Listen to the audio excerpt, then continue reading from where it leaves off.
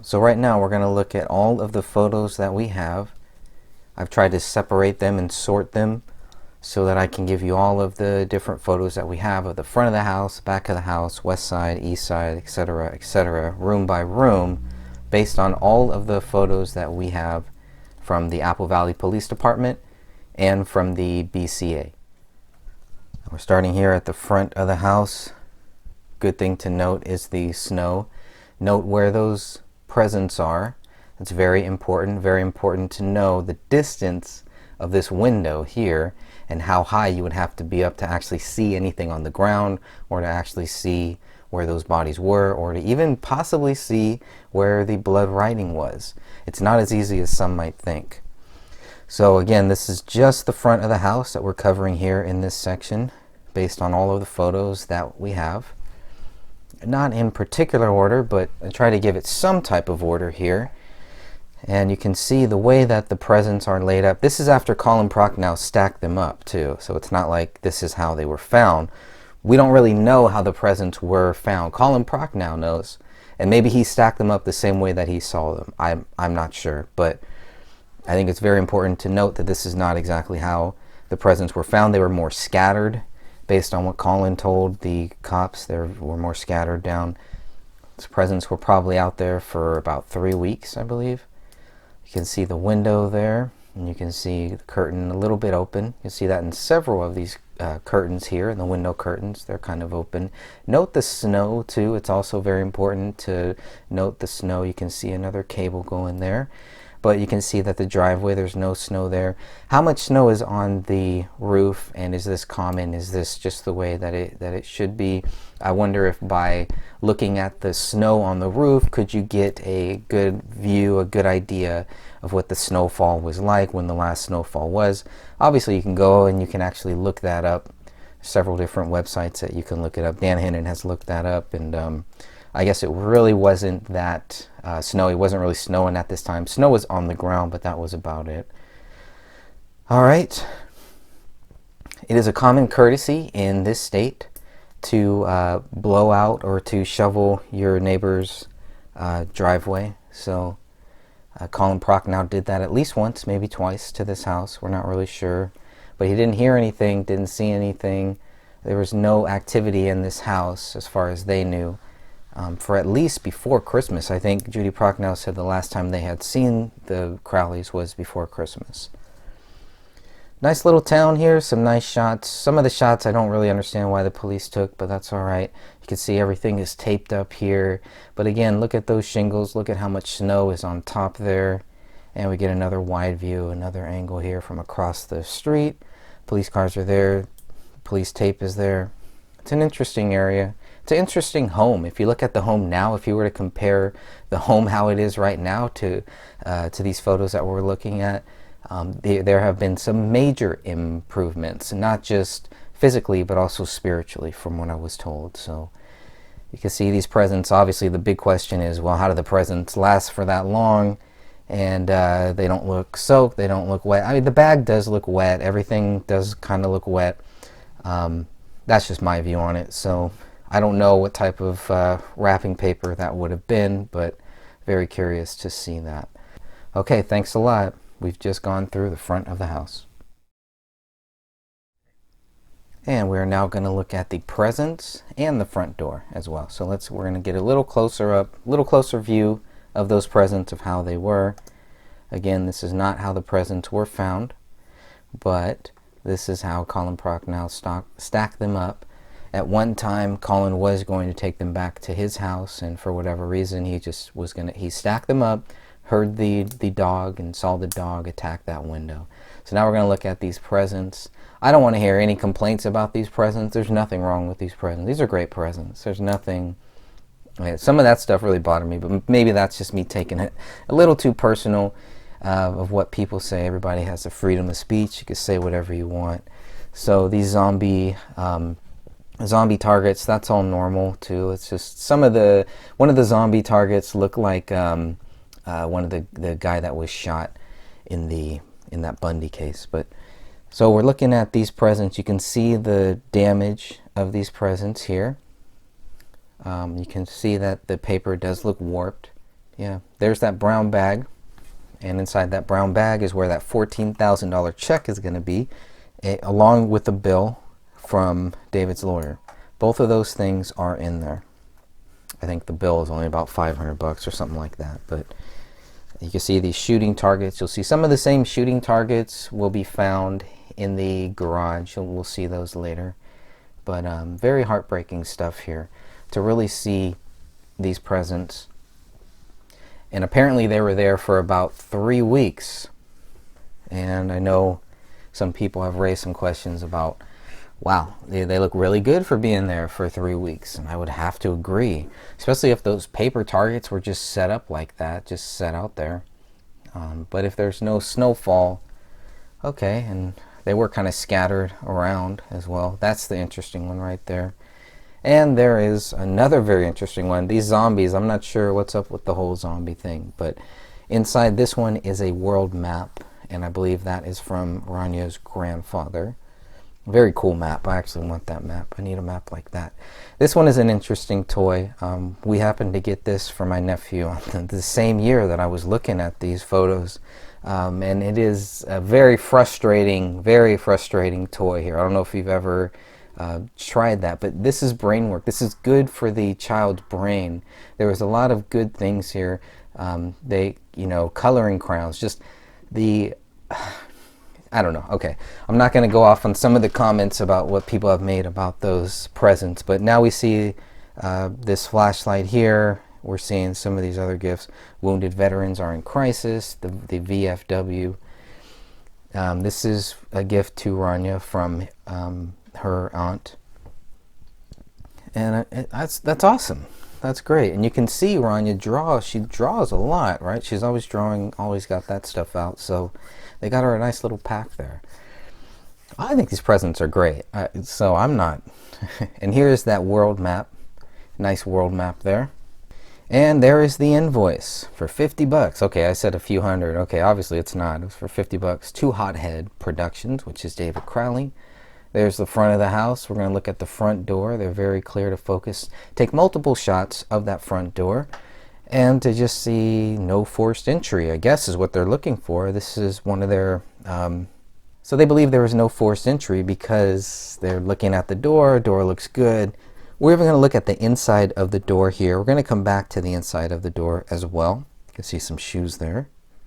And you can see some of this door looks brand new. Some of it looks old. Just an interesting thing about the door. And they're just showing there no forced entry. Some scratches, some marks, some things like that. And they're very clear to focus on that. It almost looks like it was kicked in or something. It's weird. I thought that was kind of odd, but that wood on the last part was kind of strange. So here's the mailbox. You can see this nice mailbox here for 3 people. 1051, 1048, and 1047. And you'll notice there's only one paper in there. There's a few papers in the 1048, but only one paper. One Sun This Week newspaper. This is a weekly newspaper that was free. There should be 2 more. There should be one in the house, which we'll see later. There's one here that we can see. And there's 2 that are missing. Where are the other 2? I'm very curious to see what happened with those other 2 and why they're not here. But as you can see, there were in 1048. So here is the mailbox that's open. You can see all the mail. How much mail does that look like? A couple weeks, 2 weeks, 3 weeks? Your guess is as good as mine. But those dates on the mail will be very, very helpful to see. And we can obviously see one more shot there of that Sun This Week paper. Here we go. This is what it looks like on the outside. January 2nd. Dated January 2nd, not delivered January 2nd. Very important to note that. We'll come back to that. All right, they pulled out some of these documents to see. And what's interesting is Tara Becker was actually standing next to the mailbox when the mailman came. So it kind of gives us an idea of when the mailman would actually show up more in the daytime, maybe around 1 p.m., 2 p.m. But here we have some more mail. I noticed one thing here, Hothead, right? There's the Hothead Productions, 1051. Crowley, here's another one. I don't know who this one is from, but it's postmarked December 29th there. So you can obviously see that. It's ripped open because the police opened it, by the way. Now we're going to move on to the west side of the house here. And here are the two garbages. You'll notice you saw the little box there that was there that's not there anymore. Now we're looking inside of the bigger garbage as well. Still inside of that big garbage. Note the little marks to the left there. And here is the recycle garbage can, the smaller one. You're going to open that up. There's also a couple drops on the top of that can as well. And we're going to look inside and see 1, 2, maybe 3 pieces of paper. And that's it. Maybe 2. However you want to look at it. But it's interesting to see how those got in there. Obviously somebody put them in there. So trash date was, I believe, on Tuesdays, if I remember correctly. Dan Hannon did some great research on that. Here is that door. One of the first things that I noticed is it looked like blood on this door. It really looked like blood on this doorknob. So I still go back and forth. Because it's not recorded as blood, I'm going to go ahead right now and just say, all right, well, I'm going to give the authorities the benefit of the doubt. Could be some varnish, maybe even paint. And actually, looking at it closer, it could be brown paint that just, but then you look at that brown paint there and it's like there were some touch-ups done. So maybe that's what it's from. You can clearly see where the touch-ups are done in this photo here. So not really blood, definitely brown paint. That would be my guess there. We're going to see 2 different sets of photos here. We're going to see some photos with the door slightly ajar, 1/4 of an inch, and we're going to see this door fully open. And here we can see apparently there were animal tracks and human tracks, and now we get a further view of where those animal tracks and human tracks were. You can see how far back they went to take photos. Here's some deeper ones. This gives us a kind of a measure of how deep that snow was. There is the front door that is open. In the photo that we just saw, you did see Paleo. Paleo was there. He was in one of the photos there. And now, for some reason, now the door is closed. So I'm not sure exactly when this was taken, if it was before or after the dog was taken out. Not really sure, but they take photos of this as well. And I know some people have pointed out some of those red markings on that door. And so it's a little misleading. I don't know. Maybe that's not the right word for it, but that's okay. I mean, that door, you can clearly see right now it is closed, but I'm not sure what those little red marks are, what's going on there, but it's definitely something. And again, it doesn't have to be blood. I'm not saying it's blood, but it's something. It's some markings. That's all we know for sure. But we know these photos here, again, I'm not really sure. You can see they're getting darker. Maybe the sun is going down. And I'm not sure. Now the door is fully open. So now with the door completely open, we can just walk right in, right? So here's another extended view back there. That gives you kind of a good view of that window and how the dog might have pawed at the window. We're now inside of the house, looking inside here, looking at that door, trying to see if there's anything of value here.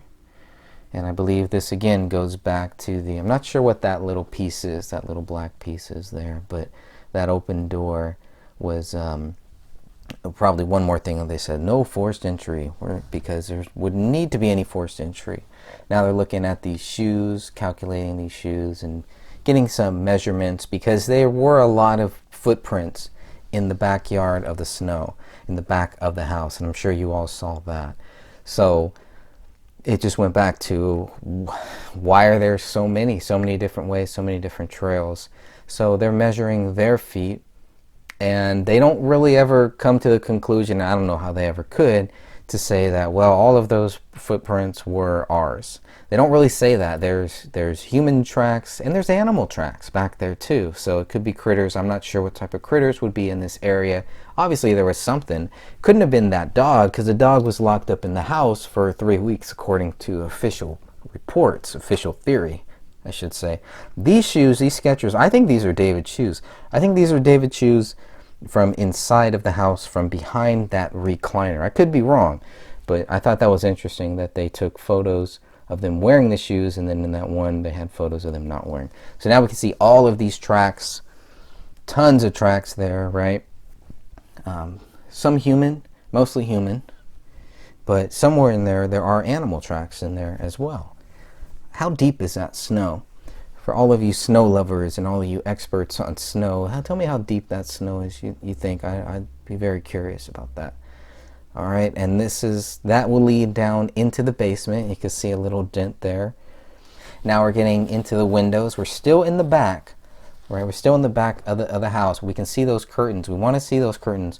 One of the kitchen windows in the back was also unlocked. It wasn't open, but it was unlocked. Everything else was locked except for two things in the kitchen window and the rear slider. Everything else is locked except for those two. So there you go. So no need for forced entry. You got two ways for people to get in, right? And we're now going to look at the east side of this house. Again, you can see lines going from the top level into the basement, at least two there. And really not too much here on this side, but only thing of value is the fact that there's no windows on this side. You can see maybe some animal tracks right there on the left side, lower left side there. But other than that, that's about it for that one.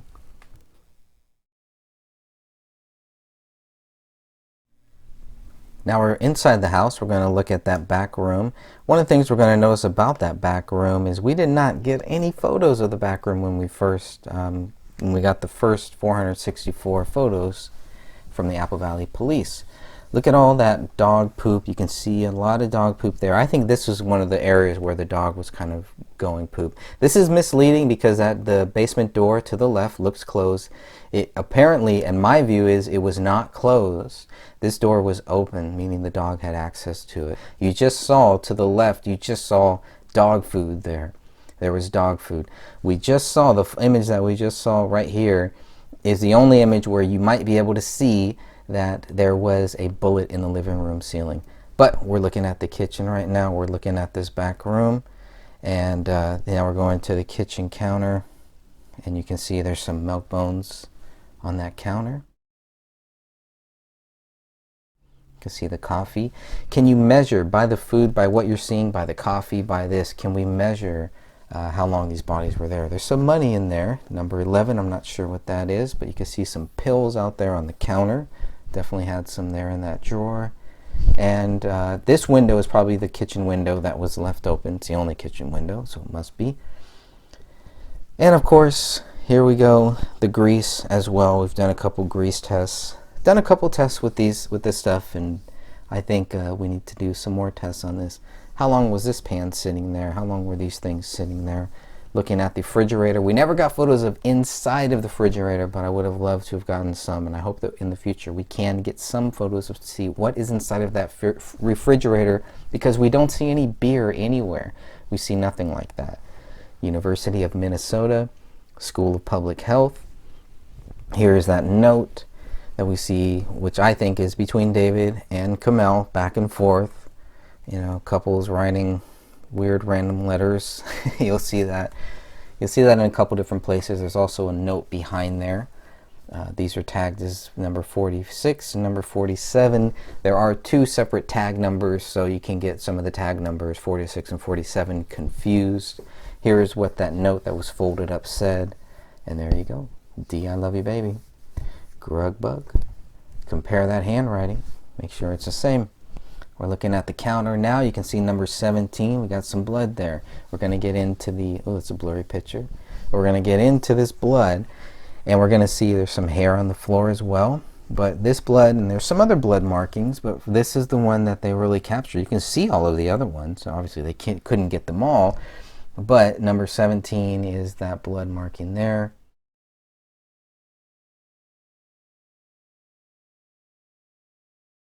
And there's number 20. This is underneath the counter, that kitchen island. This is underneath that kitchen island, this kitchen island that we're looking at here. A lot of interesting stuff here.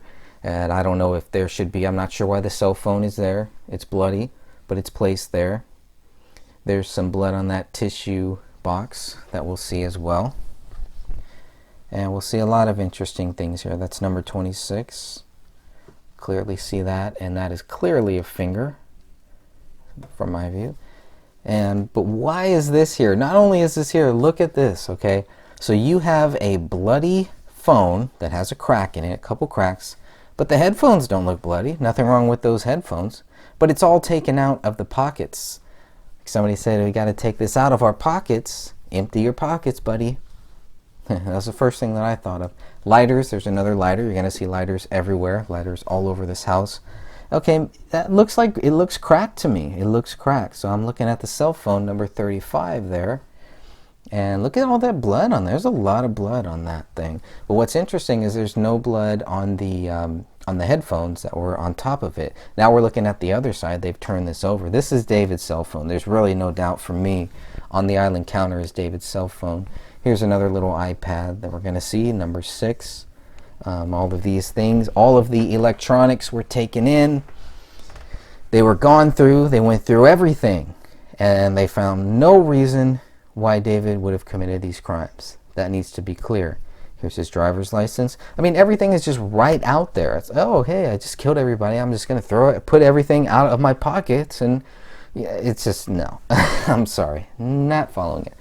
All right, there's some of the BCA documents there, which is kind of odd that they have all that there. And we're still looking at the counter. There's number 16. So you can see the trajectory of the blood, maybe. Are these, you know, is this a result from somebody being shot? Is this a result from somebody wiping blood off of their hands? There's definitely blood on that cell phone. This kind of looks like that there was somebody shot there. So there we go. So now we're getting into the laptop. The laptop is one of the most important things that we're going to see here. Look at that little Bluetooth little device there. Number 24. And number 25 has some blood on the side as well. It's very important to see that. There's 25 without the label. And there's 25 with the label. And there's a lot here, right? What is going on here? Look at that. It's kind of just scattered around. It's just kind of there. It's kind of out there. But be very curious to see what those test results were. Now the MacBook Pro was off. You can see the screen is off. Here we are, another indentation. But looking at the keys, judging by the keys, number 24, you can see exactly what was written, most likely in blood, what is covered in blood and what is not. So everything, I have loved you all with all of my heart. All of those keys should be bloody. That white, I think, is more snow, more related to some type of snow. I could be wrong again, but, and there's blood all over there, all over this keyboard there's blood. Even on the command key, you see some blood there. On the shift key, and some blood on the lower side, number 23. Almost looks like a palm print there. So you could, in theory, compare this palm print to what you see on the floor and see what is a palm and what is a foot, but I'll leave that to you. There's some hair as well. A lot of hair that's mixed in with this. You can get a closer view inside of that cup. And now we're going through not only 23 and 24, but we got ABC. Now none of this is going to tie to David. So they can't prove that David wrote this. That's the way that I interpret it. Because if they cannot tie this to David, how do they know David wrote this? They're claiming David wrote 3 things in 3 separate rooms. Okay, you can claim that, but can you prove it? And the answer is no. Did you try to prove it? Yes. And the results showed no. Why? Because they could not get a sample of David's palm. Well, then how do they know that David did it? Here we go. Here's another. It's not luminol that they sprayed here, but they did spray something similar to it. Many people have pointed it out to me what this is, and I hope somebody will leave it in the comments. I can go and look that up too as well. But that's why I love our group members and our non-group members and all of our great people that are looking for the truth to find out what is going on here. So they spray all this, and still nothing. Still no tie to David. Oh, how sad. Well, then how do you know that David did this, right? They're accusing, they can't prove, but they still keep accusing. If you accuse and you can't prove, the next step, the third step, should be to say he's innocent.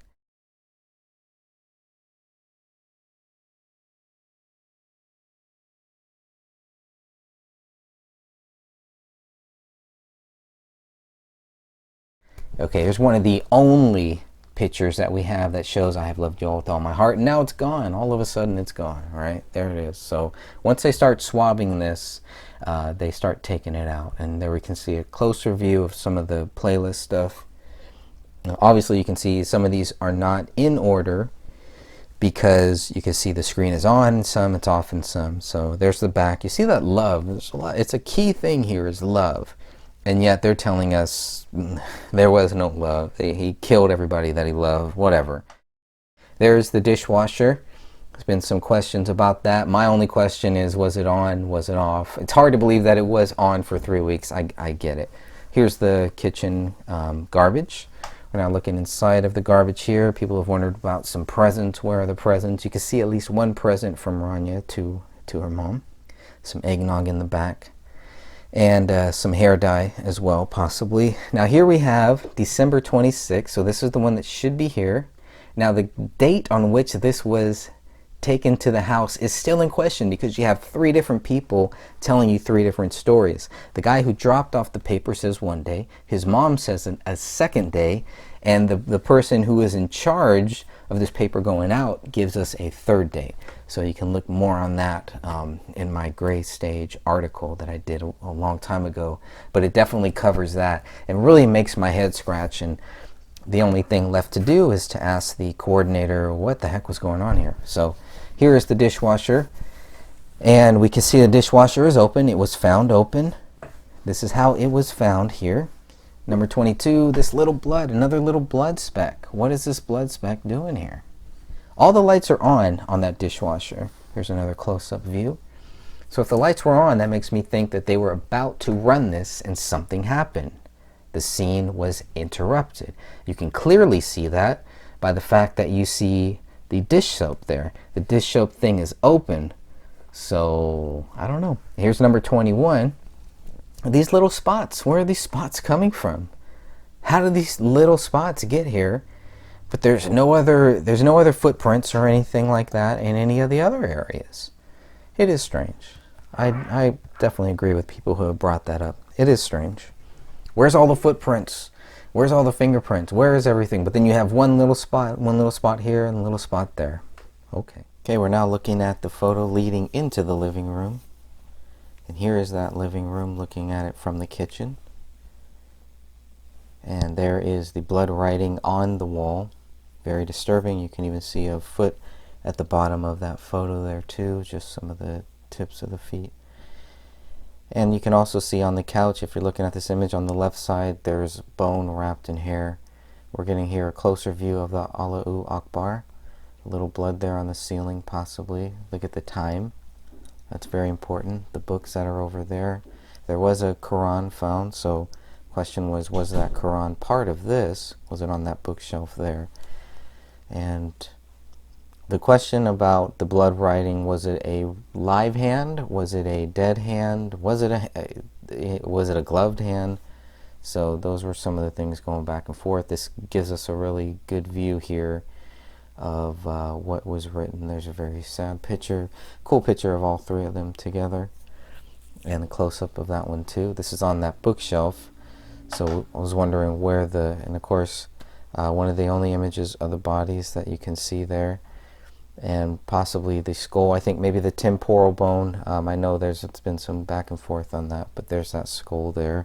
Some of the Quran pieces, a lot of Quran pieces torn out, different areas, and the question, I guess, would be, was this purposely laid out like this, right? Were these just random pages? So I never really got too deeply into the pages that we're seeing here, but it's very interesting stuff. There was the live round that was found. That's an interesting one. How did the live round get there?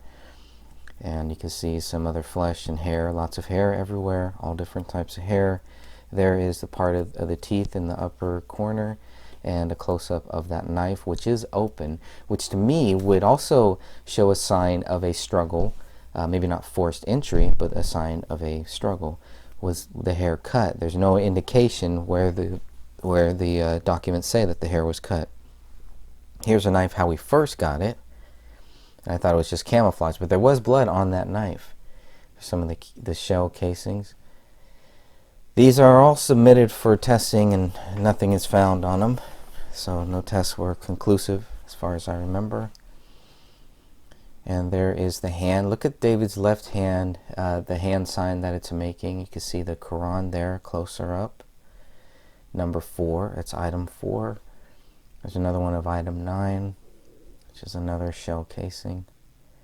And of course some more hair and some flesh, and just mixed in. Look at everything that is just mixed in.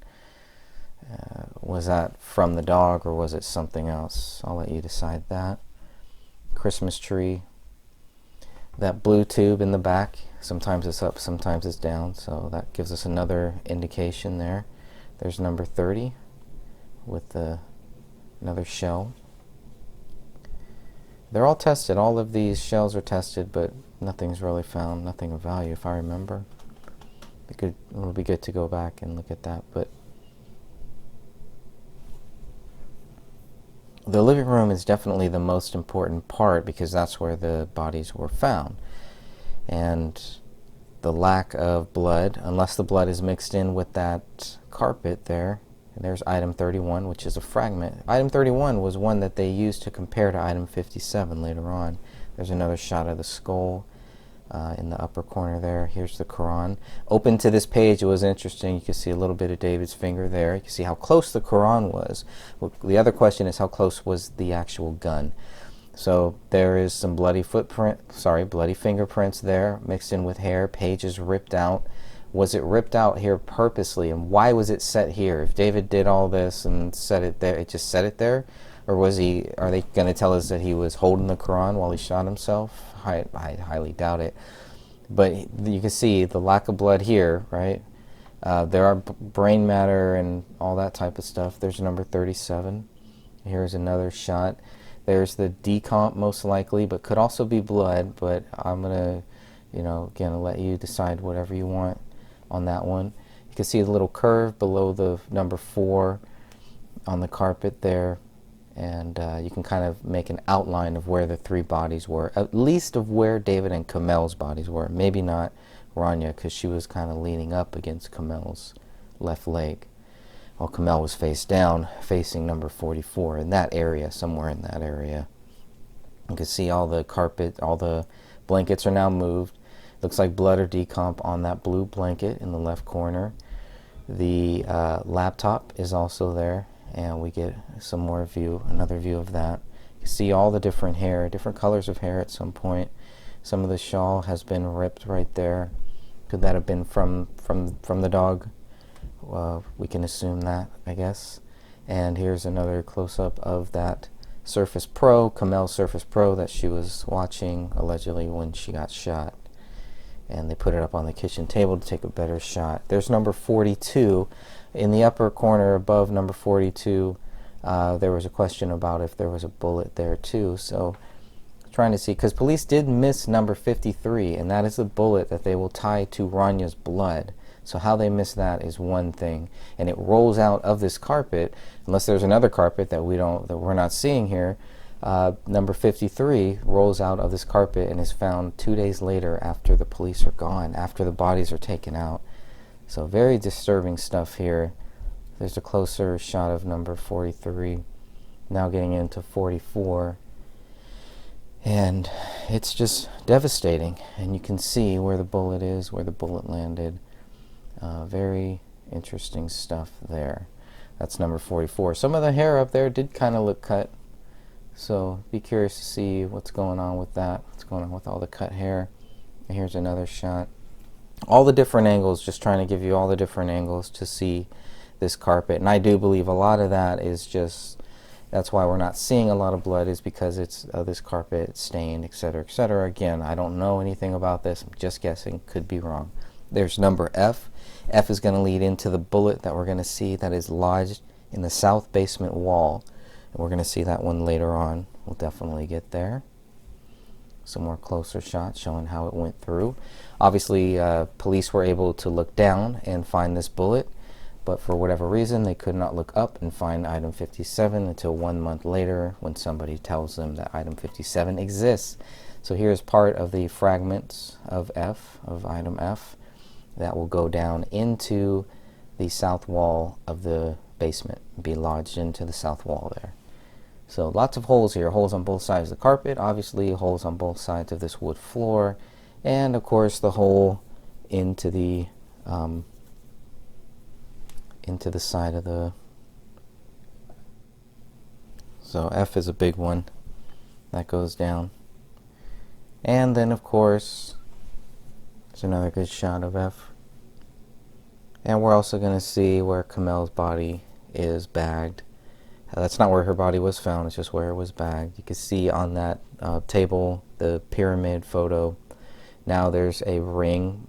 It's either, I don't know if it's Kamel's ring or David's ring, but there was a ring there on that table all of a sudden there.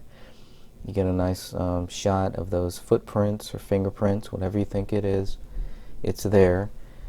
And you can see the direction of the blood. I think that's also key to see where that blood goes. Everything looks like it's leading from the living room carpet, which is one reason why I do believe the bodies were killed here. But again, just a guess, just a theory. This is where they were found, obviously. We'll have to start there. Measuring the dog poop, looking at the dog poop and how old that poop could be, will that help us get any indication of how long the bodies were actually here in the house? I think that's a big one. Because you saw Kamel's foot there. The sock was, I guess, was from the decomp, not necessarily from any blood or anything. But these are bloody footprints there. There's number 13, where they're just kind of probably looking at the direction of how the blood is, where the blood goes. Very disturbing stuff here. I was disturbed.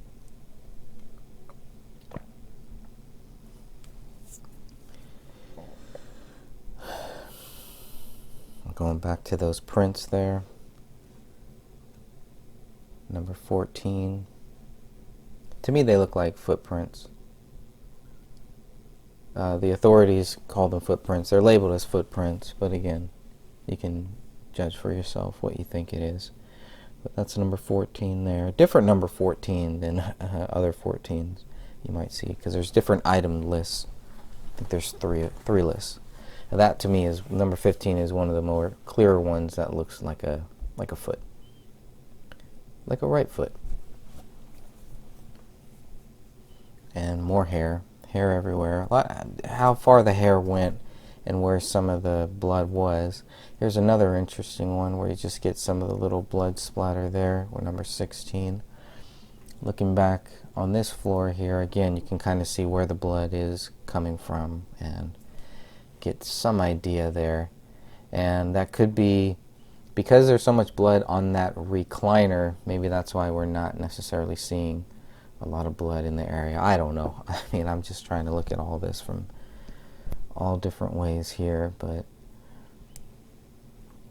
definitely some of the later photos, like I thought that they would, do show more blood. Not everything is tested. Even that looks like maybe a little paw print or something there. Might have been a little paw print in that one. Because the dog was walking around next to number 18, to the right of number 18. And then here in the center of this photo here as well. Kind of looks like maybe a paw print. But I don't know. You would kind of expect more. The dog was definitely here. There's dog poop there, so it was in this area. There's, you know, the lack of blood, I guess, is what it goes back to. There's number 2, obviously. Number 2, that's another interesting. Why is number 2 way over here? So I was curious about that, but okay. That's another casing.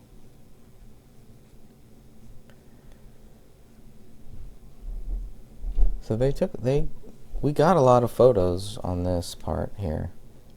A lot of photos that show this. Some of those lines, you know, some of that lines underneath 18, I was thinking maybe that was from the dog or something too. You can see how far that hair went. And why was there only one right foot? Only the right foot was bloody. That would be the logical answer, I would say. Yeah, very disturbing. Very disturbing images here. For many reasons. That one kind of looks like they're countercrossing. Number 14 and E kind of look like they're countercrossing. So that's D and 15. And I think where E is, I think that's the same foot. So, but man, very wide steps. David was about 6 feet tall, maybe a little under 6 feet. So, but it would have to be very wide steps. Just take one off the carpet and then one to the to take out everything from his pockets. And then go back, I guess. And this is after these are sprayed here. And those, you can almost see the ones that were sprayed. I don't know if this, and there's the shoes in the background. This was before the marker was out. That's where item 2 is. There's number 2, another shell casing with some hair there. Hair is everywhere. Hair and the casings go hand in hand. Some more dog poop. You can see some is fresh, some is old. All different types. And that one down at the bottom does not look very healthy at all. So again, this is just a collection of all of the photos that we have that we're going through. So you're seeing some of the same things. There's the 3 body bags. Not where the bodies were found. Again, couch is pushed back. Now this recliner, item 34, makes you think somebody was shot at a low level, maybe on the ground, face down, I don't know, face up. But this whole area, this 34 area, that is not ever... it's not ever tested. It just kind of gets lost in the shuffle. I don't know what they could have done. They could have ripped that out. If they were able to rip out some of the south basement wall, why couldn't they rip out a piece of this recliner and test it? And then how did the hair get way up there as well? And then you can see some of the blood splatter and how far it actually goes.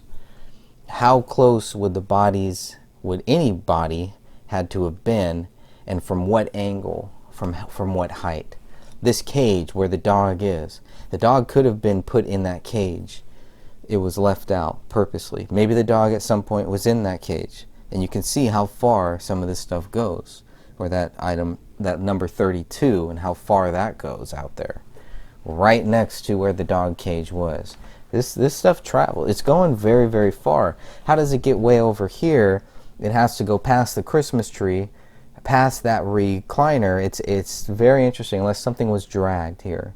That was kind of my first view of how you could see in the upper right corner where the yellow marker is. Kind of looks like something might have been dragged. And they're going to find another casing there. It's interesting the way that they label. I guess they're labeling them from just walking from everything from the back door in number 2. I believe this is going to be number 3. Yep. Number 3 there. You can see David's shoe. That was a shoe that I was talking about to compare to the one that they had for his footprints in the snow. Nothing came of that. So there's number 19. More blood.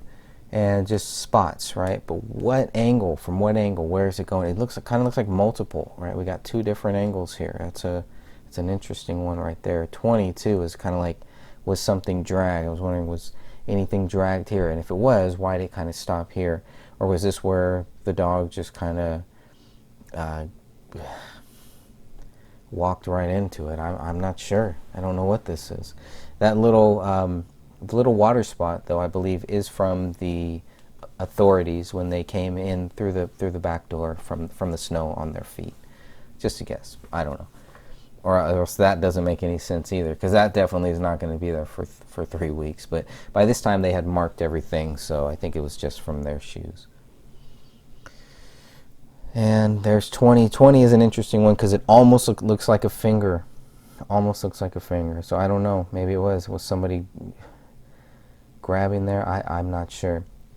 And on that Voss, you can see how far up it goes. And what is that? 29. You see number 29 there is all of these drops. They tweak the camera. That's why the wall looked very different there. It looked pink almost. So let's look at the front closet here. Not really a whole lot here. You can see there's a military jacket. I kept this way. I did not tilt it like I could have because it did not look right. It made the photo look kind of weird. So just want to give you a view of everything that is in that front closet. This is one of the more recent ones that we got. I did not have this, and this closet was closed. And again, just shoes, really not much there. No blood. I think somebody said there might have been blood in that front closet on one of those jackets there. There shouldn't have been. unless somebody took it off or something. And here's more of the photos of that front door. Front door is another interesting one here, because in some areas of where that doorknob is, right there, the doorknob itself doesn't look very new, but that wood, it just, I don't know, it just kind of looks off. Something just looks off. It looks like something else was added on. Who knows? So when I mean added on, just David was doing some minor upgrades, right? That's all I mean. Not anything after the death, just what David was doing. He was the handyman of the house and doing this himself. So they're just looking for forced entry or lack thereof. You can see again another little blood splatter that is all the way next to that light, which would explain why Sidra, I believe it was Sidra, had spoken about some of the books that they got back had blood on them, and that would explain why, how far that blood traveled. Blood is probably would have had to have been on the Christmas tree, and of course that's not where the gun was found, obviously. And you can see again how far it goes. It goes very, very far, and so it doesn't, I don't know, it's from what angle, I guess, how far, how would David have had to have been sitting down, kneeling down? Here's another interesting one where you have the gun and you have the blood on the gun, on the trigger. David's blood was on that trigger. His blood, there was a positive DNA of blood on that trigger that matched David's. However, it did not match, they were not able to conclusively tie the magazine, the one in the magazine, to David, but they couldn't rule out Kamel, and they couldn't rule out Rania. It's an interesting one. So there you can see the gun and the hairs. The hairs there too, especially where the hairs are. It just looked like somebody got pistol whipped. I don't know. Maybe it's just, the hairs, that just doesn't naturally happen like that. So at some point, I think whoever had this gun, they had to reload, because you can see some of the markings there. Now they tested those, but they could not get a conclusive match to David on those prints because they didn't have a match of the prints. There were 2 bullets in there that were inside, and then there was 1 in the chamber. So I wanted to make that clear too, so everybody knows that. 2 bullets inside of the magazine, 1 in the chamber. They could not conclusively tie this to David. They could put his blood on the trigger. I do want to make that clear. Let's move on to the hallway and the office bedroom. Here in the hallway, there you see how far that blood really travels. Those little splatters, they all travel. And I tried to give you a good view of the hallway all the way down, photo by photo, kind of walking you down room by room. First we're going to go into the office room to the right. Rania's room is straight ahead. David's room would be to the left, to the far left. And kind of in order down the hallway, here are the photos that we have here. So some very interesting stuff that we're seeing. The thermostat's set to 68. It's going to hold at 68. And there you go. There's your temperature. So here's a collage of some of the photos there. Kind of looks like this might have fallen down and was picked back up just by the way that the photos are in there. Unless it was purposely meant to be like that. I find that hard to believe. So I think at some point that fell down. And here there's egg on your face, and you got the photos there. Nicer view. Better shot there. All the family. So I mean, they had photos up of their family. Didn't seem like they didn't love their family, or it didn't have a big problem with their family. Whatever it was, there's no indication that it was something too serious, just based on the little information that we have here. So going down that hallway, next to the office room, right outside of it, is number 27, which is it's definitely blood, right? You can tell that it's blood, but from a finger, most likely, right? All right, now we're going to go into the office bedroom. We're going to look at the couch. There's that couch there, similar to the couch they have downstairs in the basement. There's what's going on. There's what's in the garbage can. So we can see all that. And of course, notes everywhere, post-it notes, lots of writings, handwritings. And there's Hera Act 1's, and so I was curious to see what that is. It's I forget what it was, some type of play or something, but there's the password list right there. Got David's there, got Camille's there, books they're gonna read. Lots of post-it notes. So paper people. That's what I would have been looking for, is paper. And there it is. Look at that. Another paper towel there. It's out. And as you can see, we'll get a closer view, a better view of what's on that screen. There we go. There's a much better view right there. It's definitely working. Definitely working. I mean, it was open. This stuff was open. It was on. It's in motion, is what it seems like. Work was in motion. There's love right there. You can see that in the on the top. Kind of going to go back, I guess, a little bit here. And we're looking at some of the other photos. These are the BCA ones, I believe, but again, try to put them in some kind of order. They're not really in the best order here, but you can see when the screen is off and then when it's on, so you kind of get a view of that. But I think the screen would have had to have been off in sleep mode. There's a note. You can look at the way that the chair is set. All of the stuff missing on the bottom. There's definitely dirt, dust. Here is that note. This is how they find it. That pin, they're going to be able to get one swab from that pin, and that's about it. So you can see Christmas is coming. It will be a new year.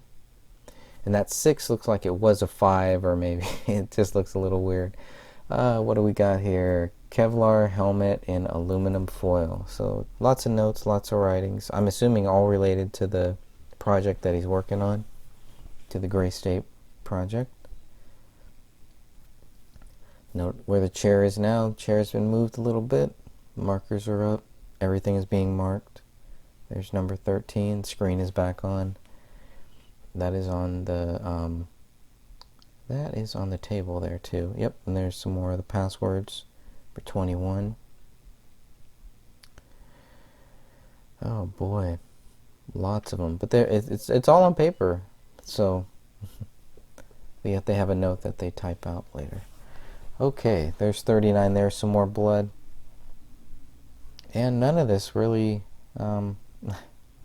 none of it really goes back and directly ties to David. That's the biggest problem that they've had, and that's the problem that they're going to continue to have, unfortunately. There it is, submit to Allah. Open the Rise, most recent version. Some blood there, and it's flipped open. It's flipped open on the back side, actually. I thought that was interesting. So here's one side of it. And you can see the Sandy Hook, Fast and Furious, BHD, Graduation, some interesting stuff. The Titanic, Building 7 crossed off. That one was always an interesting one to me. And here, if you look at the lower level, it just looks like an area where something was wiped up, or just not that much dust, whereas everywhere else is very dusty. So here are the terabytes, the hard drive, the terabytes of data that they got, that they didn't find anything showing them any motive of why David was guilty. Nothing. There's nothing there. But of all of these terabytes of data, interesting. Yep, they'll still just say that he's guilty, and that'll be it. Got one of the family pictures. And there's another one there. Nice hard drive. Got one of those. Lots of hard drives. Lots of backup hard drives. Everything's stored. Kind of, I guess it's stored offline. There's an old school one. Good for photos, things like that. Seagate. Yeah, everything back up. Everything is being backed up. GSC, Gray State. Oh, Gray State C, Gray State B. So AVPD. So a lot of these could have just been, copy 1, copy 2, copy 3, copy 4. Or maybe it was just, part 1, part A, part B, part C, etc., etc. There's GSA. Be curious to see if the same stuff on GSA is on GSB and GSC. A little blurry there.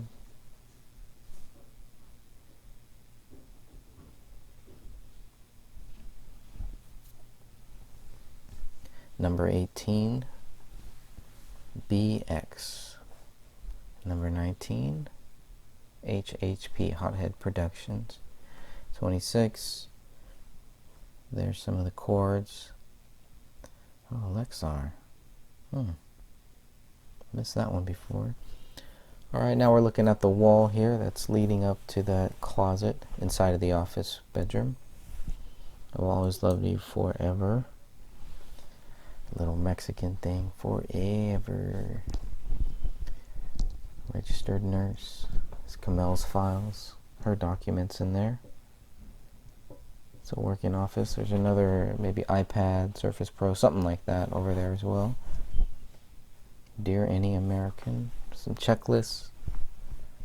All showing signs for the future. GS 2015 schedule. It's all there. Okay, there's the WGA. There is the Gray State. That's what it is for the writer. He's the writer of Gray State. Expires 6/5/19. Oh, it's going to expire this year. Interesting. Curious to see what happens then. Here's his unit. A couple photos of the unit there, and then we're getting into the closet. Gray State, the Rise. More stuff. There's the camera. You can see the camera up there. More documents on the bottom. Kamel stuff. Second closet. There's the Bohemian Grove owl. We only got one shot of that. You get a little closer shot of the bottom of the owl there, but that's about it. The printer. The keys. That was another one. The keys right there. Maybe a title, car title right next to it. There you go. Somebody gonna sell this car? Looks like it. More of the hard drives. Another backup. Lots of backup hard drives. But I think the keys on the table were some of the most interesting to me. Yep, another hard drive, another backup. GS Backup 03. Look at this, the Rise. Oh, more stuff about the Rise. I mean, definitely doesn't seem like someone who's coming to an end. It seems like just someone who's storing things, stacking things, having databases, having backups for backups, and there you go. Everything is backup. CT backup. The keys, a little closer view of the keys there. Another archive 003. They're labeled. Everything is nicely labeled, so he knows what's on them. That would make sense. There's a Seagate. Another little hard drive there. Again, they have all of this stuff and nothing there.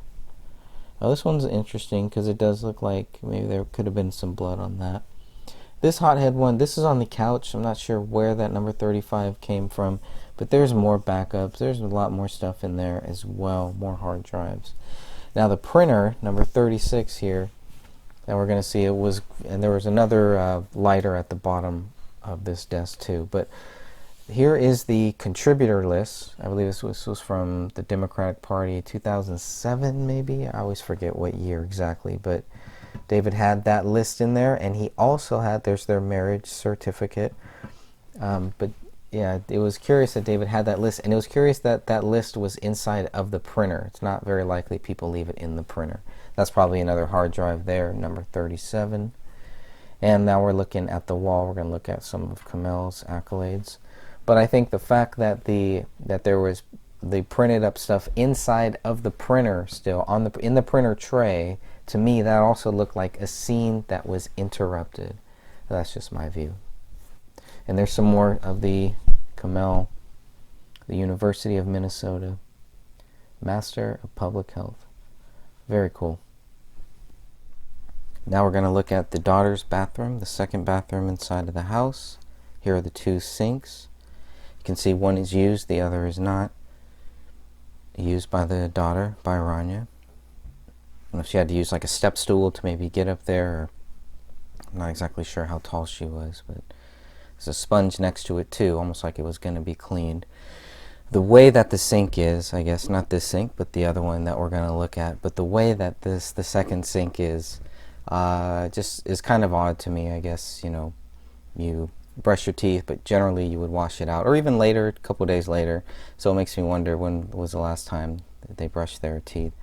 There's the 3 photos, and I've had some differing views on those 3 photos as well. They look kind of odd to me. I'll just leave it at that.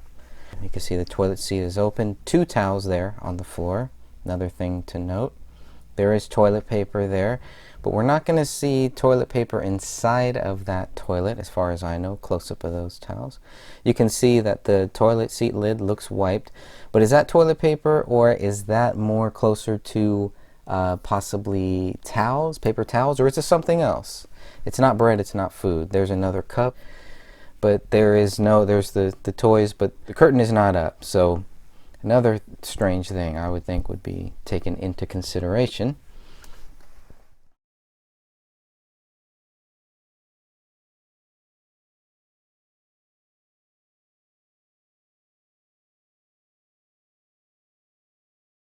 Now we're getting into the toys here. And of course, that's not how they were found. So you'll see multiple photos with toys next to the door, and then other photos where the toy isn't next to the door. So, of course, you had 2 entries. You had the Apple Valley Police Department, and then you had the BCA team. And the detectives, Apple Valley Police Department detectives too. More toys all over the ground. And doesn't this look like a scene interrupted? I mean, obviously it's a child's room. It could just be a regular child's room, but I would also look at signs of maybe not signs of a struggle, just signs of weird stuff, I guess. But you can see that the curtain is open. The child's room curtain is a little bit open there. Here's some of the photos. Lots of photos of everybody, not just of David, not just of Kamel, but all 3 of them. Lots of photos of all 3 of them together. They're focusing on that bed. They're just taking photos of how they found that bed, seeing what's on this wall here, into My Little Pony. Now we're getting closer to the closet. And no blood, nothing like that was found. Nothing of value, pretty much, from what they're telling us, was found here in this. This is all just normal, just a regular child's room. And nothing suspicious, no signs of intrusion, no signs of a struggle, nothing like that in this room. There was also another world map at the top that we kind of missed, but there was a world map there as well in the upper left corner. Okay, now looking at the master bedroom, first thing you notice, dog feces. Notice the socks on the floor. That window was open a little bit. Now watch this bed. Watch how things move around as the investigation continues. You can see the gun safe in there is open, but as it continues, you'll start to see things on the bed moving around here. Of course, you can see the dog feces there. You can see which rooms the dog feces was in and which rooms the dog feces was not in. There's the socks. There's a little notepad, a little piece of paper. Anybody could have written a suicide note right there if they wanted to, but guess didn't do that. Getting a close-up view here. Nicer view of the pen and the paper. Nothing on it, nothing of value. They don't mark it, they don't take it in for evidence or anything, so I'm assuming there's nothing of value on it. You can see the number 38 on the gun safe in the back. There's a magazine, a full magazine inside of that gun safe there. You can see it looks like it's plugged in somewhere too as well. See right above the Vicks Vapor Rub, and you'll see in some of these photos the vacuum is out, and other photos the vacuum is in. So we're going back and forth a little bit here. And if you look at that bed, looks like some of the bed sheet might have been cut a little bit on the right side. So again, one of the windows, both of the windows look like they were They were just open just a little bit at the bottom of the curtain. Of course, right there, they're not. You'll see some of that stuff that is underneath that gun safe at one point. Some of that stuff will be on the floor. It does look like a gun holster that is in there. You can clearly see a marijuana pipe, some wristbands there. And this safe does open two ways. There's also a set of keys that we can see. But the safe does open two ways. It is by the touchpad up top, which is probably like a keypad. I believe it is labeled as a keypad. And you can also open it through keys. There is a place where you can insert a key as well. And there you see it right there. Unless you got to do both. I don't know. Be good to find out. There's that lamp. Full mag inside. Mag looks black, but it's actually silver. And they'll give us some close-up views there. It's number 44 and one of the evidence tags. It's from another angle. Almost looks like there's something at the bottom, like an S at the bottom. It's interesting too. Safe is number 38. The safe is taken as evidence, whereas number 34, the recliner, at least part of the recliner, is not taken. Of course, big difference in the size, but still. Some things are taken, some things aren't. There's no blood on that gun safe either. It's just touch DNA, and it only matches Kamel. Another close-up view. It definitely looks like a 5 at the bottom in that view. And here you can see that this is loaded. There are 11 rounds in this one. That was made clear. At first I thought this was tied to the murder weapon, but it's not. This is the second one. This is the one that's found in the gun safe. Has hollow points as well.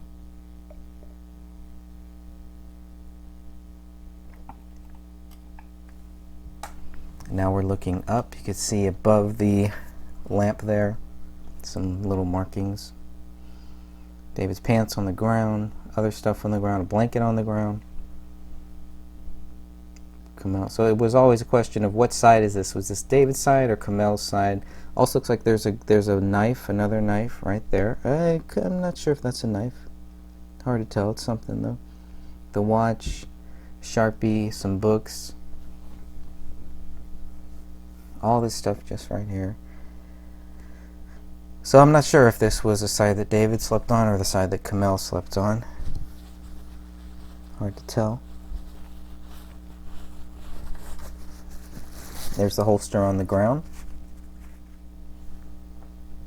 Somebody brought up that the jeans look kind of wet, so let me know if you see that. If you look at those jeans in the past photos, if they look wet to you.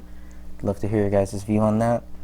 And now you can see the vacuum is back inside. Of course, the vacuum was inside of the closet at first, and then in later photos the vacuum was pulled out, and I'm assuming that's when they went behind the vacuum. There's another large trunk case. Never did find out what was in that trunk case, but it'd be good to know. Some of Kamel's purses, some of her items, more of her items. Does this look like a scene that was interrupted as well? Any signs of a struggle, anything like that?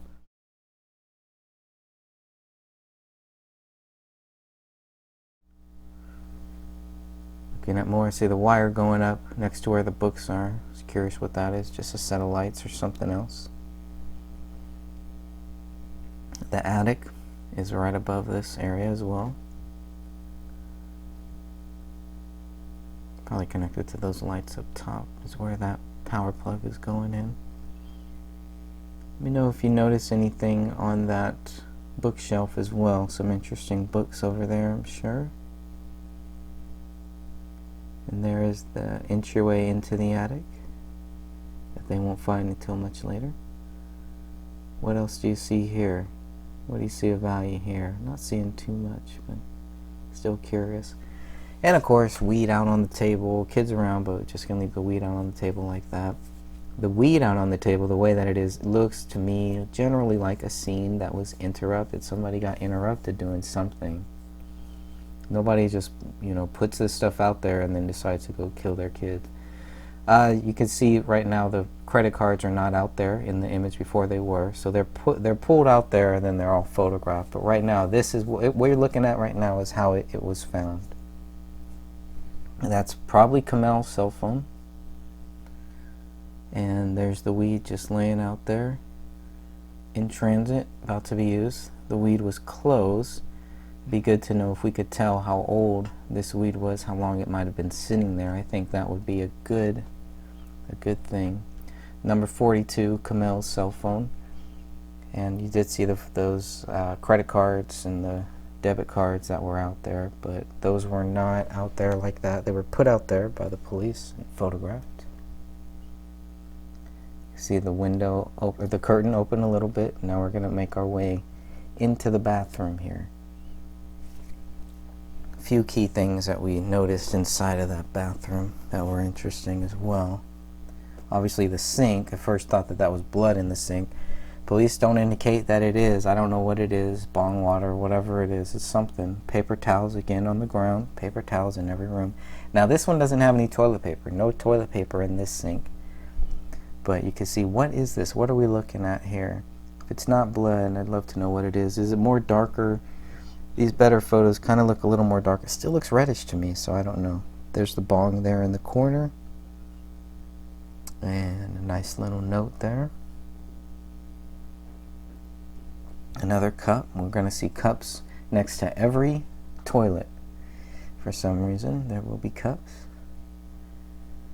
But I just found it a little strange in this one that there's no toilet paper, when this should have been the one that I would expect it to have toilet paper first, but apparently not. There's a lighter on the ground. Probably that could have been used to light the bong, I'm sure. The towel. So now they open it up. You can clearly see that it's been wiped. The top of the seat has been wiped. There's a toothbrush there, probably used to clean that bong water as well. Some of Kamel's stuff. So definitely a shared bathroom. And the curtain. So this one does have the curtain, at least. Curtain is attached. And again, just looking inside, they don't find anything of value. Nothing, no blood, nothing like that. No signs of a struggle.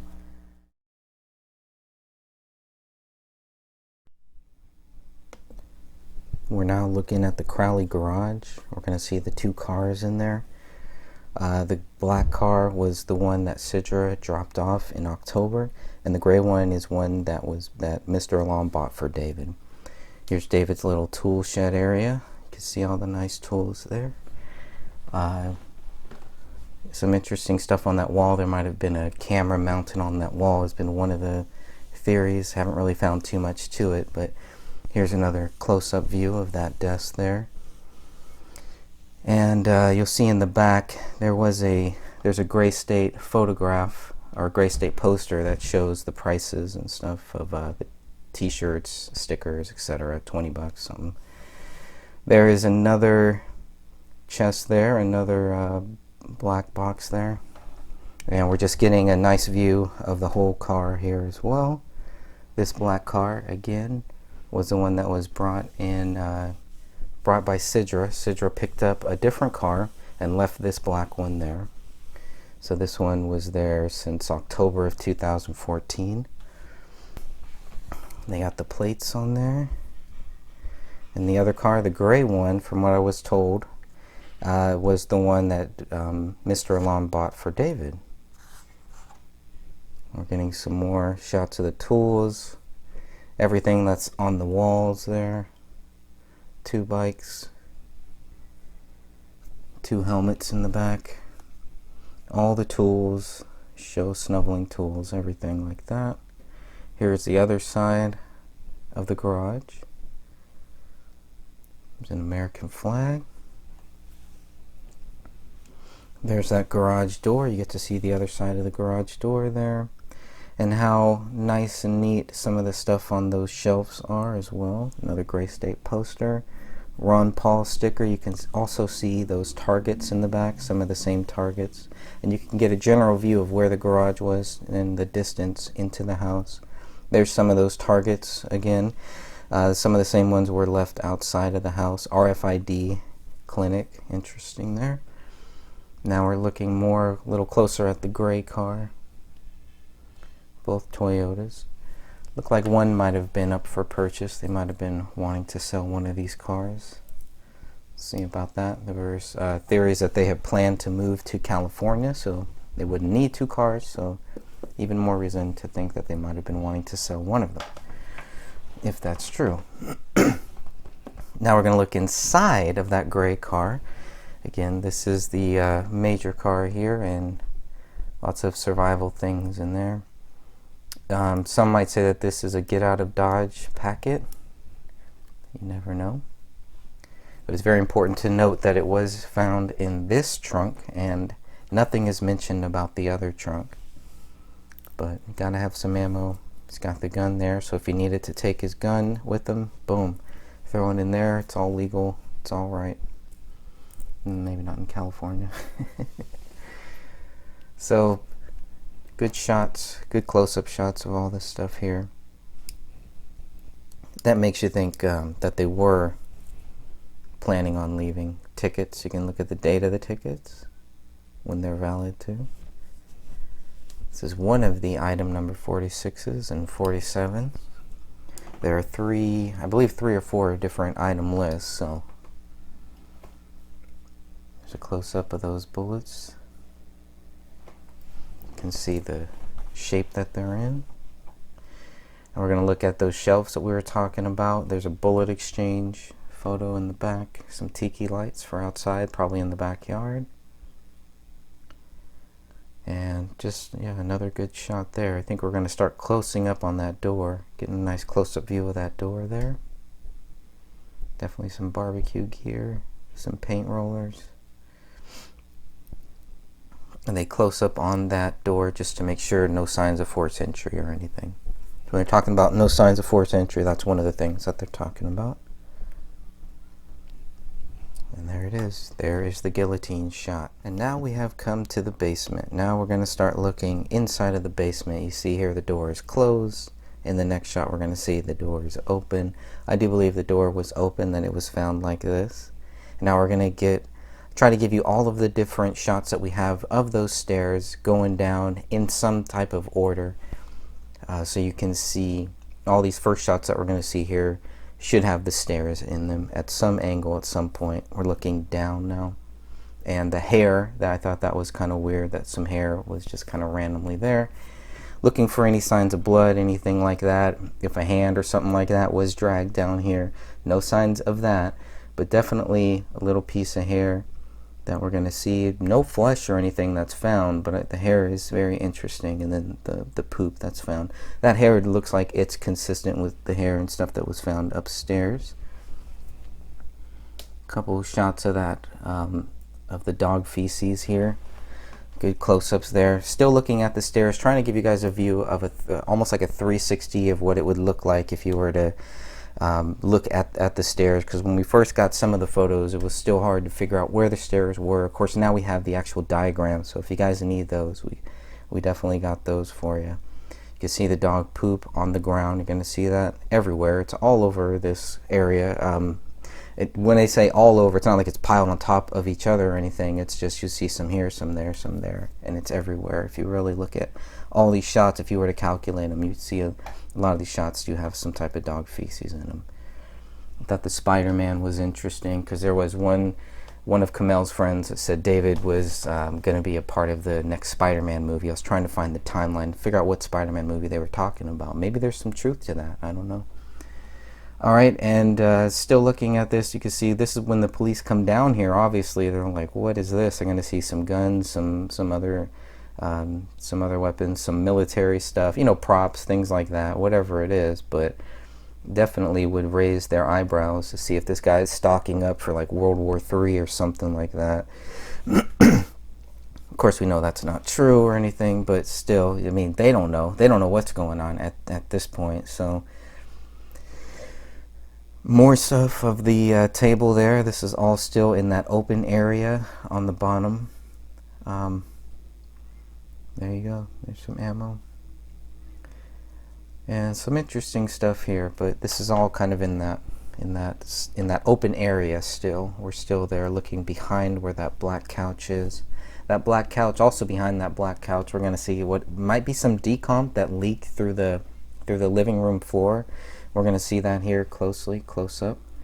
And these weapons. More shots of the weapons, of course.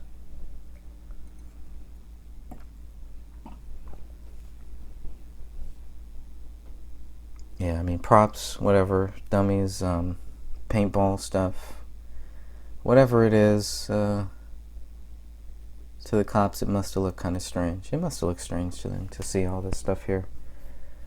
But it wouldn't take them long to figure out that this was a soldier, right?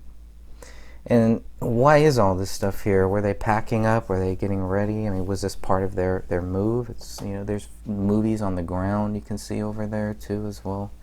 So, I don't know what that pipe is. Oh, like a bong pipe. Oh, I didn't notice that before on that black case there.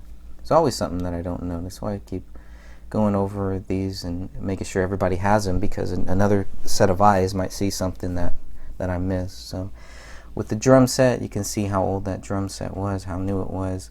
You can see David's U.S. military bag there on the ground. We can see the "Don't Tread on Me." That's a big one. I believe the flag was a Pakistani flag. I believe that was, took a little while to figure that out, but a quick search and someone was able to quickly figure that out. The head there, the white head, I think that is part of, there's a scene in the trailer that shows this guy's head turning white with blood, and I think that was used for that prop. The Muse, I don't really know that much about them, so you guys probably do, I don't know. I'm not really into that, but Patriots Rise, getting another close-up of the Gray State photo here. Where those pillows were is where one of the windows are. You can see the one of the boards on the ceiling is now out. David's equipment, all of his music gear, all right down here, still in this open area. Some more posters. Some more shots of that.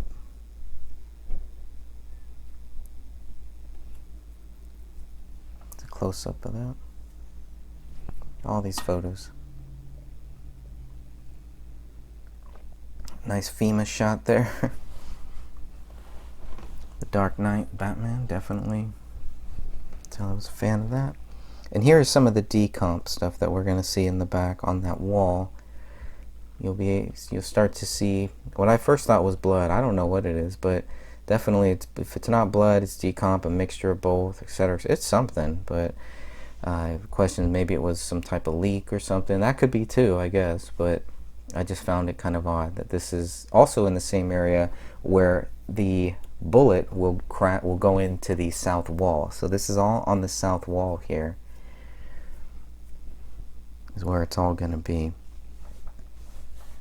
And now we're going to get into that bullet shot. This is F from the living room. So this is the bullet that goes down, shoots into the south wall, and is lodged there. Getting some good close-up shots of that. This bullet travels. It travels pretty far. It goes through wood. I believe that's real wood. Goes all the way down through the paneling, and lodges into that south wall. So. Interesting. And of course nothing ever comes of that bullet. There's no blood, there's nothing tied to it. They don't even have lead that's tied to it, so that was kind of odd. But when they cut it out, you can see that's at this point they've cut it out to kind of preserve it as best as they can. They've taken out some of those boards on the top. This will give us a better view, a better angle of where that bullet went, where it came from, because it's a very important one. This is a missed shot, whatever it is, whoever did it, somebody missed. They shot at the ground and missed. I don't know, that's the way I took it. So that's the other side of F that we're seeing there. This is what it looks like. We saw this in the living room when the carpet was pulled back.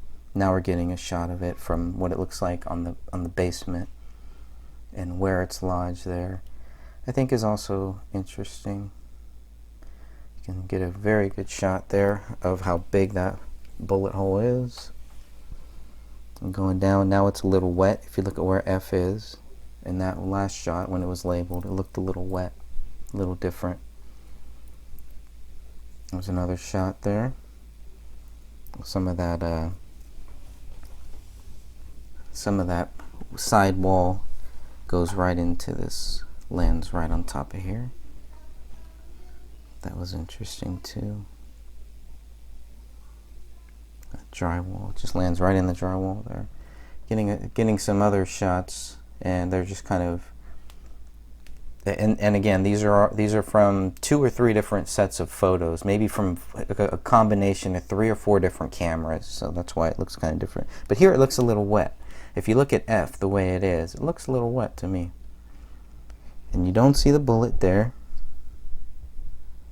And that just shows kind of how deep it went in. Wow, look at that. That's really deep. And that's where it's lodged. So they cut that out. This is F. This is number 45. Item number 45, bullet number 45. And if you look up number 45, they don't find anything. They can't rule anybody out, but that just means they don't have any way to tie it to any of David, Kamel, or Rania either.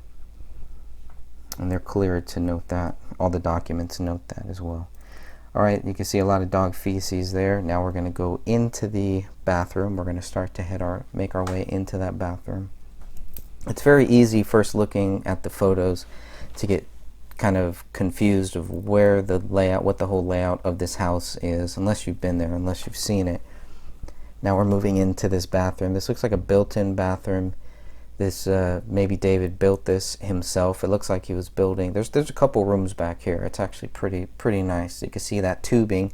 That's still a question that I have. Also, the sink is plugged. Definitely good to look inside of that toilet. Even though we're looking at the sink here, really nothing there. You're not seeing anything similar to what we've seen in the sink in the master bedroom. This looks just like a sink that hasn't been cleaned. This looks like a man's sink. This is like a man cave. This is all part of it. These circle things are actually insulation.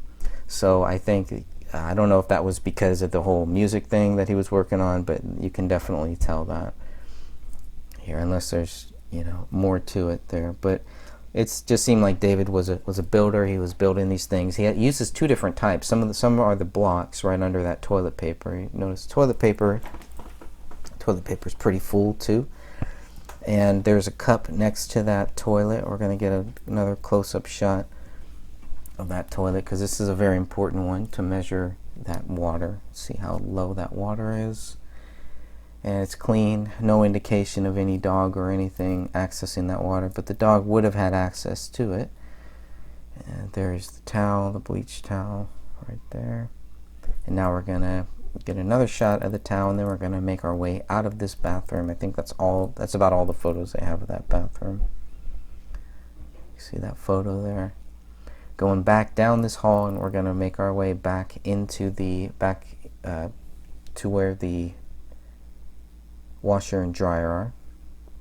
And we see some more dog feces on our way. There's 2 more rooms back here to the left, and I believe to the right. There's that door. That door is just randomly there on the ground. There's a pantry to the right of this photo, I believe. To the left is where the washer and dryer are. You can see some Christmas present wrapping paper there. You can see another dog carrying case, some more luggage, some interesting stuff there. There's actually things in the dryer, is what it looks like. So again, not too many people kill themselves. They leave all of this out and then kill themselves. It's hard to believe, but just getting some more shots of that sink too. And here's the back area where the heater is. Some more of the military gear, probably for props, things like that. Just storage, a lot of storage space here. Some of that Morton looks like, what was that, cement? Oh, salt, right? The salt, probably to salt down the garage, the driveway. Sorry. All right, now we're going into that pantry. See some water there. You see a lot of. This is good. Everybody should have stuff like this. You really need this because you just never know. It's always good to have. If something major happens, you can't get to the grocery store, you can't get to water, etc., etc. Everybody should have something like this. If you have a room, if you have space. So they definitely did. Some of that e-food stuff. Looked into some of that. Storable foods, what it looks like. Breakfast, rations. pretty well stocked up. Some sausage and tomato sauce. All right. Water treatment, water filter stuff. So they're definitely know a lot about the bad water that we have, the bad air, bad everything. Tons of water there, so they got their own water. But they are ready. They are stored. They are stacked. They are ready if they needed to. If they were not able to get to the grocery store or not able to get to food, water, they were ready. I think that's the most important there. And I want to thank everybody for watching this, for looking at this. I hope this helps. I hope looking at all of this helped you guys, because we got a long way to go here and a short time to get there. Let's go.